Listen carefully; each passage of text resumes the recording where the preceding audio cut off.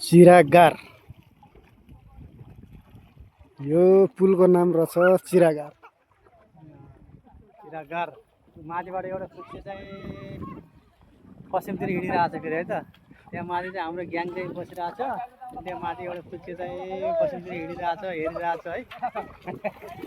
यतातिर पुरा एकदम नुहाइधुवाइ भएको छ। त्यो ज्याकेट स्याकेट छराएर कोर्सो छराएर नुहाउनु पर्ने त्यो पुरा एकदम पुरा गर्मी पनि जाडो छरछरी काम जस्तो मानिरहेको छु। अनि कसैले गाडी खसाखस गरिरहेको छन्। त्यो गाडीमा पानी हाल्ने त्यो बेकार नगर्नु भनेको छन्। त्यसैले रोडमै हालिदिन्छु भनिरहेछन्।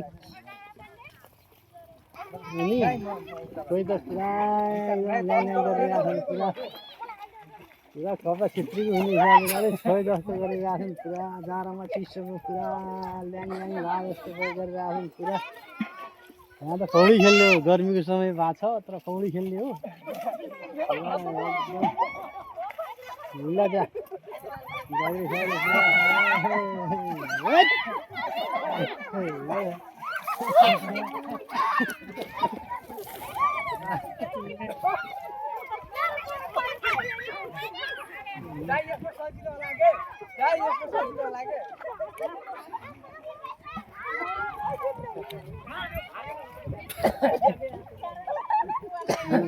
बच्चाले सानो टपरी सबै यता आएर घुमाएर बगाइदिरहेको छ।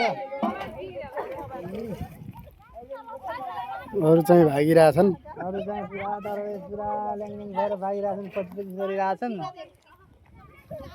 नि